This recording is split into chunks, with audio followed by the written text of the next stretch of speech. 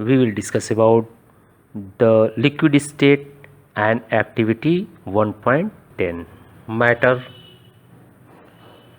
हमारे चारों तरफ डिफरेंट टाइप्स के मैटर हैं। अब उस मैटर में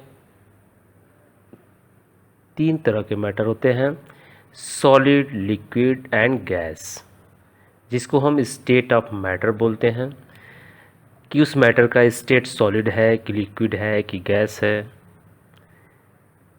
सॉलिड जैसे कि आप पेन यूज करते हैं, बुक है।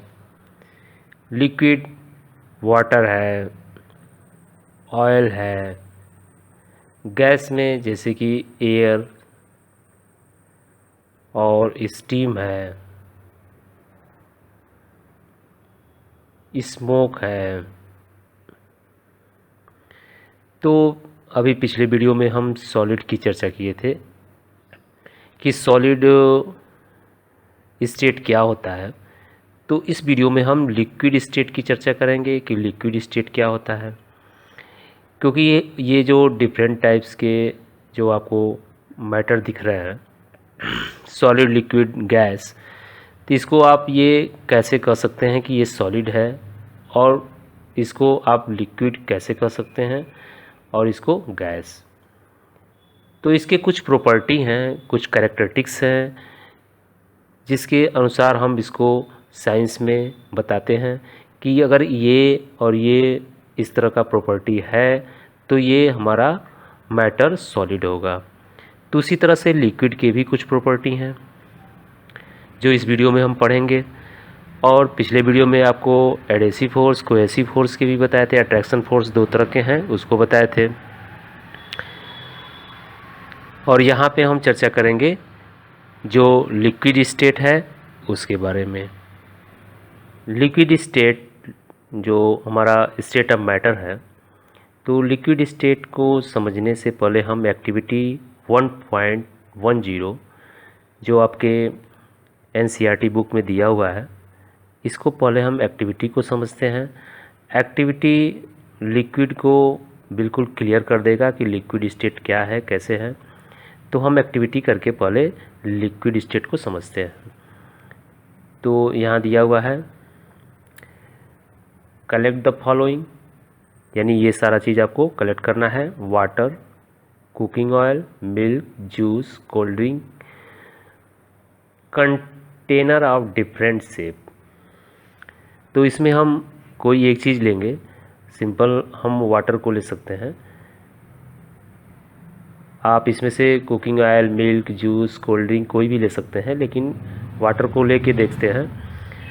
बोला है डिफरेंट टाइप ऑफ कंटेनर। अब यहाँ पे हम एक बीकर लेते हैं, ये हमारा बीकर है।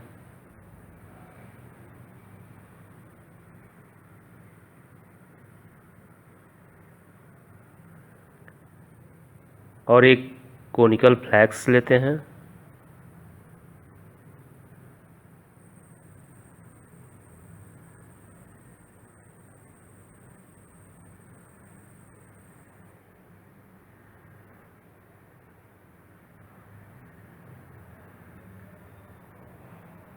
ये हमारा एक कोनिकल फ्लैक्स हो गया।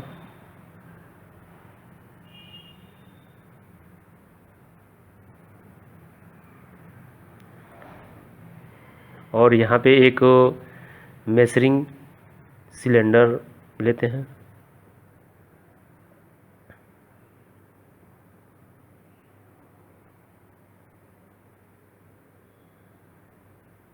ये हमारा मेजरिंग सिलेंडर हो गया।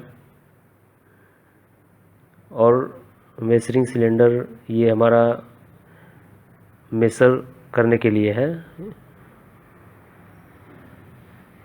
तो इसमें सबसे पहले हम 50 ml जो है वाटर लेते हैं।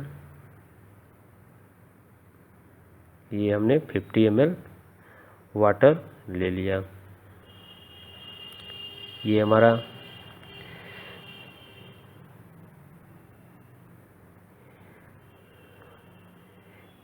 Different shape put a 50 ml mark on this container using a measuring cylinder from the laboratory। अब यहाँ देखिए ये 50 ml इसमें हमने मेजर करके वाटर ले लिया है, और ये जो इसका भी मेजर करना है वो आपने यहाँ पे मेजर कर लिया।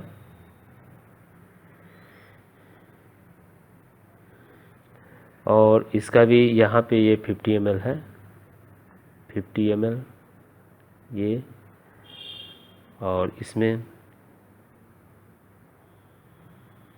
50 ml ये बीकर है, और ये conical flask measuring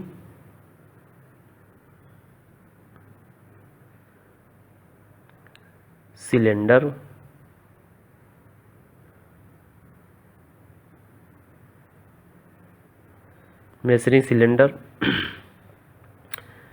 into different, what happen if this liquid are spilled on the floor, measure 50 ml any on liquid and transfer into different container one by one. Does the volume remain the same? Does the shape of liquid remain the same? When you pour the liquid from one container into another, does it easily flow easily? अब ये जैसे कि हमने 50 ml यहाँ पे जो water लिया है, इसी कंटेनर से, ये जो हमारा सिलेंडर मेजरिंग सिलेंडर है, इसी से हम मेजर करके 50 ml पानी लाए और इसमें हमने डाल दिया। ये हमारा 50 ml वाटर ये है, फिर इससे दोबारा लिए और फिर इसमें हमने डाला, तो ये 50 ml यहाँ पे वाटर आ गया। अब यहाँ पे क्या हम ऑब्जर्व करेंगे, यहाँ ध्यान से हम देखेंगे कि ये 50 ml जो है यहाँ तक आया, इसमें जो है यहाँ तक आया, और इसमें यहाँ तक है। अब ये यहाँ पे हम क्या हमको समझ में आ रहा है कि जब इससे हम जो वाटर है आप इस कंटेनर में अगर डालें और फिर इस कंटेनर में, तो इसमें इसका जो शेप है अकॉर्डिंग टू कंटेनर चेंज हो गया। इसमें भी हम कंटेनर के हिसाब से इसका जो शेप है वो चेंज हो गया। तो इससे ये हमको पता चल रहा है कि जो भी लिक्विड है उसका शेप चेंज होता है, फिक्स नहीं होता है। जैसे कि सॉलिड में हमने पढ़ा था कि जो सॉलिड है उसका शेप फिक्स होता है, बट हियर लिक्विड का शेप फिक्स नहीं होता है, ये चेंज होता रहता है अकॉर्डिंग टू कंटेनर। जिस कंटेनर में आप रखेंगे उसी कंटेनर का वो शेप ले लेगा, बट वॉल्यूम नहीं चेंज होगा।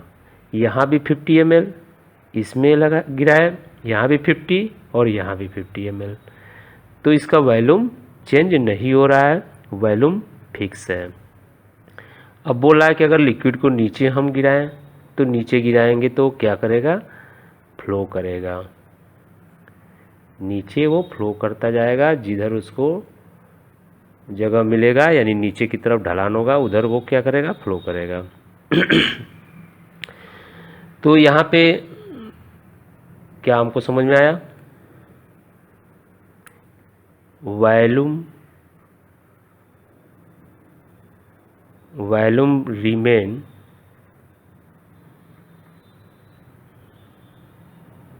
Same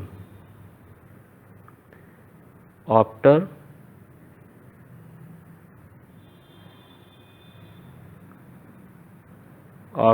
transferring the liquid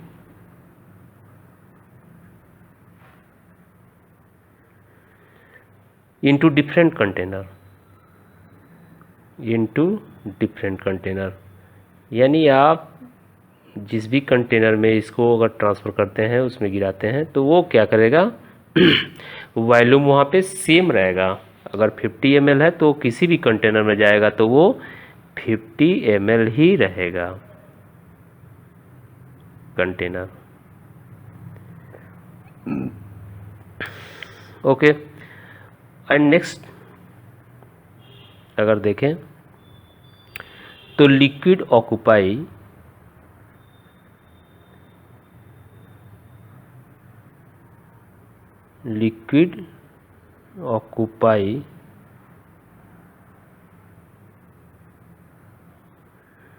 the shape of container,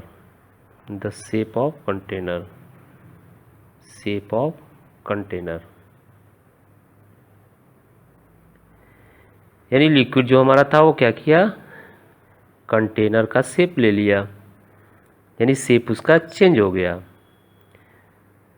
तो यहाँ पे आपको क्लियर हो गया होगा कि जो हमारा वॉल्यूम है वो क्या है, फिक्स है, यानी इसका वॉल्यूम फिक्स है। ये हमारा किसी भी कंटेनर में डालिए तो लिक्विड का वॉल्यूम फिक्स है। एंड शेप क्या है, चेंजेबल है, यानी शेप फिक्स नहीं है, वो अकॉर्डिंग टू कंटेनर वो चेंज हो जाएगा। तो solid, liquid and gas all three can diffuse in liquid. अब हमारा सॉलिड है, लिक्विड है, गैस है, तीनों लिक्विड में डिफ्यूज हो सकते हैं। जैसे कि जो हमारे एक्वेटिक एनिमल्स हैं, जो पानी में रहने वाले जानवर हैं, वो ब्रीथिंग जो करते हैं, सांस लेते हैं वाटर के अंदर, वो कैसे लेते हैं, ऑक्सीजन उनको मिलता है वाटर में। दैट मीन्स जो हमारा ऑक्सीजन है वो वाटर में क्या हो गया है, डिजॉल्व हुआ है। तो इस तरह से हमारा सॉलिड, लिक्विड एंड गैस तीनों डिफ्यूज होते हैं, लिक्विड में डिजॉल्व हो जाते हैं। अब एक्टिविटी से अभी हमको क्या समझ में आया, तो यहाँ पे हम पॉइंट कर सकते हैं कैरेक्टरिस्टिक्स जो हमारा लिक्विड का है वो हम राइट कर सकते हैं।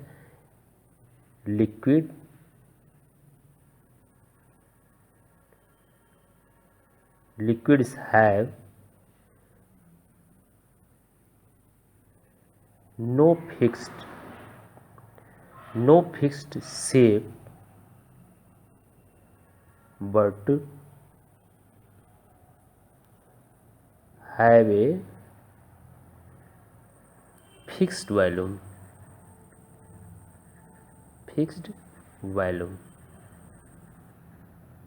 अभी सॉलिड में हमने क्या पढ़ा था कि solids have fixed shape and fixed volume.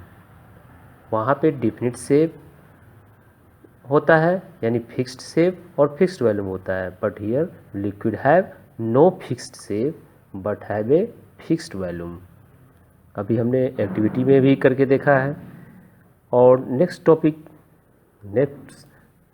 Liquids can, यहाँ पे हम राइट कर सकते हैं सेकेंड कि लिक्विड्स कैन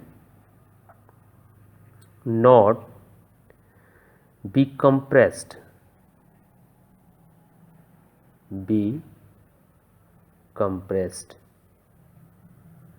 यानी लिक्विड को भी हम कंप्रेस नहीं कर सकते हैं। Third, liquids have moderate density,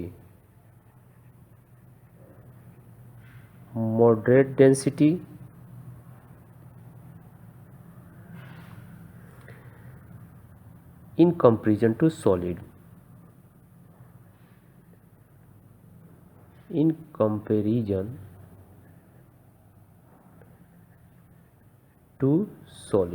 अगर सॉलिड से कंपेयर करें तो सॉलिड की तुलना में यहाँ डेंसिटी थोड़ा कम होता है। और फोर्थ पॉइंट हम इसमें पॉइंट कर सकते हैं कि जो हमारा फ्लोबिलिटी होता है,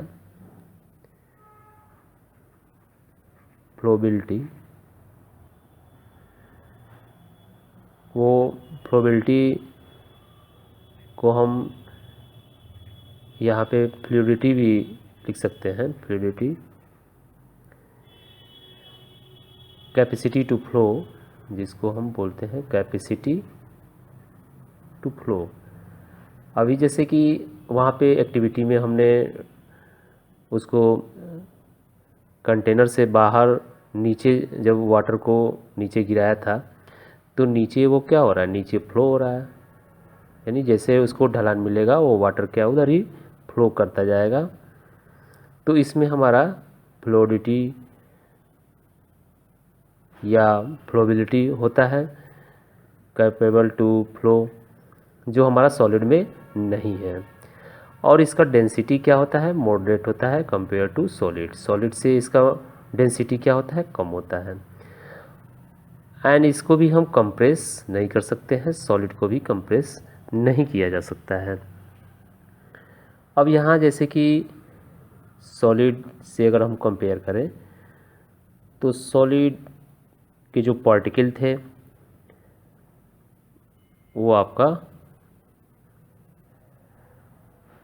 इसके बीच में स्पेस बिल्कुल नहीं था या बिल्कुल कम था, 9 के बराबर था। और अगर हम यहाँ पे लिक्विड की बात करें तो लिक्विड के पार्टिकल्स हैं, इनके बीच में स्पेस जो होता है वो सॉलिड के पार्टिकल के स्पेस से ज़्यादा होता है। यहाँ ये पार्टिकल्स हमारे लिक्विड्स के हैं और ये सॉलिड्स के। तो ये सॉलिड के पार्टिकल्स और ये लिक्विड के पार्टिकल्स। तो यहाँ पे देखेंगे हम कि जो सॉलिड के पार्टिकल्स हैं वो क्लोजली पैक्ड हैं, यानी इनके बीच में स्पेस लेस है, बिल्कुल कम है या 9 के बराबर है। और ये हमारे लिक्विड के पार्टिकल्स हैं वो लूजली पैक्ड हैं, यानी कि ये बीच में स्पेस ज़्यादा है। तो इंटर पार्टिकुलर स्पेस जो लिक्विड का है वो ज़्यादा है कंपेयर टू सॉलिड। और इंटर पार्टिकुलर फोर्स जो है वो लेस होगा कंपेयर टू सॉलिड, इसलिए काइनेटिक एनर्जी जो लिक्विड का होगा वो हाई होगा कंपेयर टू सॉलिड। तो यहाँ पे इस पॉइंट को हम नोट डाउन भी कर सकते हैं कि ताकि सॉलिड एंड लिक्विड में हमको कंपेयर करना हो तो इसको बिल्कुल हम आसान तरीके से कंपेयर भी कर सकते हैं। तो पहला हमारा टॉपिक था कि जो पार्टिकल्स इन लिक्विड्स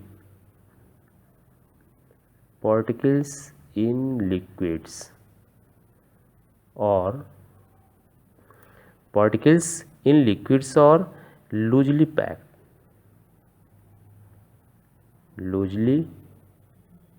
पैक्ड। ये हमारा लूजली पैक्ड है क्योंकि इनके बीच में क्या है, स्पेस ज़्यादा है, और ये क्लोजली पैक्ड है। और एक और टॉपिक इसमें हम राइट कर सकते हैं,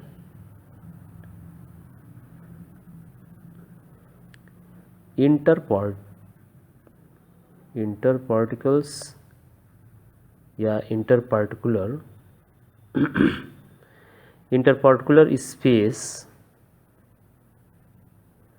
in liquid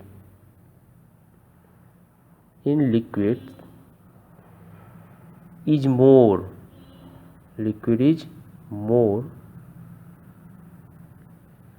as compared to solid,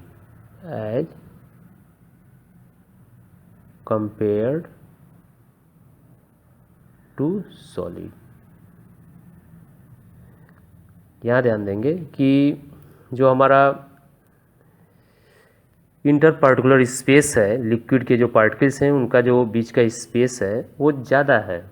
यहाँ आपको क्लियर दिखाई दे रहा है, ये जो पार्टिकल्स के बीच का जो स्पेस है वो ज़्यादा है सॉलिड के कंपेयर में। यहाँ सॉलिड का देखिए स्पेस और यहाँ पे लिक्विड के स्पेस। तो inter particular space in liquid is more as compare to solid, यानी सॉलिड के कंपेयर में लिक्विड के जो पार्टिकल के बीच का स्पेस है वो ज़्यादा है। तो जब हमारा स्पेस ज़्यादा है तो थर्ड टॉपिक अपने आप इसको हम इससे राइट कर सकते हैं कि जो हमारा इंटर पार्टिकुलर फोर्स, इंटरपार्टिकुलर फोर्स या attraction force in liquid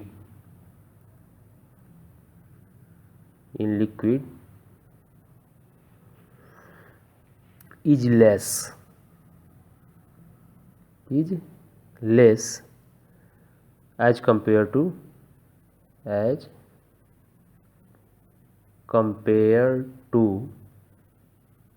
solid. यहाँ पे देखिए ये सॉलिड से अगर कंपेयर किया जाए तो सॉलिड के कंपेयर में जो इंटरपार्टिकुलर फोर्स होता है, जो अट्रैक्शन फोर्स होता है पार्टिकल्स ऑफ लिक्विड के पार्टिकल्स के बीच में, वो अट्रैक्शन फोर्स कम होता है कंपेयर टू सॉलिड, इसलिए आराम से ये फ्लो करते हैं। इसके जो पार्टिकल्स हैं वो हमारा मूव करते रहते हैं। And next 4 topics, kinetic energy.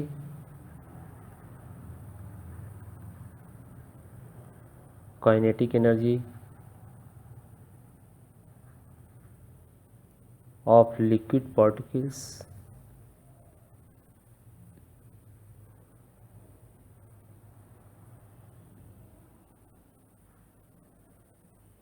is high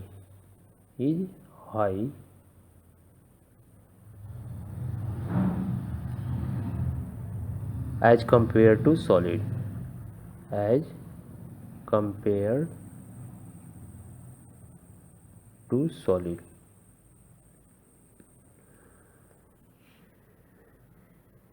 यहाँ आप ध्यान देंगे सॉलिड एंड लिक्विड्स के पार्टिकल्स, जो हमारा सॉलिड और लिक्विड है, इसको दोनों स्टेट को कंपेयर किया जाए तो यहाँ पे इसको और अच्छे से हम समझ सकते हैं कि जो पार्टिकल्स, लिक्विड के पार्टिकल्स हैं वो लूजली पैक्ड होते हैं। यहाँ को क्लियर, इसके पार्टिकल्स का जो हमने फिगर ड्रॉ किया हुआ है उससे क्लियर हो जाएगा। Inter particular space in liquid is more compare to the solid, यानी जो इनके बीच का स्पेस है वो सॉलिड के जो पार्टिकल्स के स्पेस है उससे ज़्यादा होते हैं, और इसलिए स्पेस यहाँ पे ज़्यादा है तो यहाँ पे जो हमारा अट्रैक्शन फोर्स है वो हमारा ज़्यादा होता है compare to solid particles. And यहाँ पे काइनेटिक एनर्जी भी हाई होता है कंपेयर टू सॉलिड। तो इस तरह से हम kinetic energy, force and space between particles, ये इस तरह से बिल्कुल आसानी से हम इन दोनों को कंपेयर कर सकते हैं, या difference between the liquid state and solid state को हम आसानी से बिल्कुल समझ के राइट कर सकते हैं। यहाँ पे आपका लिक्विड स्टेट कंप्लीट हो गया। अब नेक्स्ट वीडियो में हम पढ़ेंगे गैसियस स्टेट, यानी जो स्टेट ऑफ मैटर है उसका तीसरा part, the gaseous state. Okay, thanks.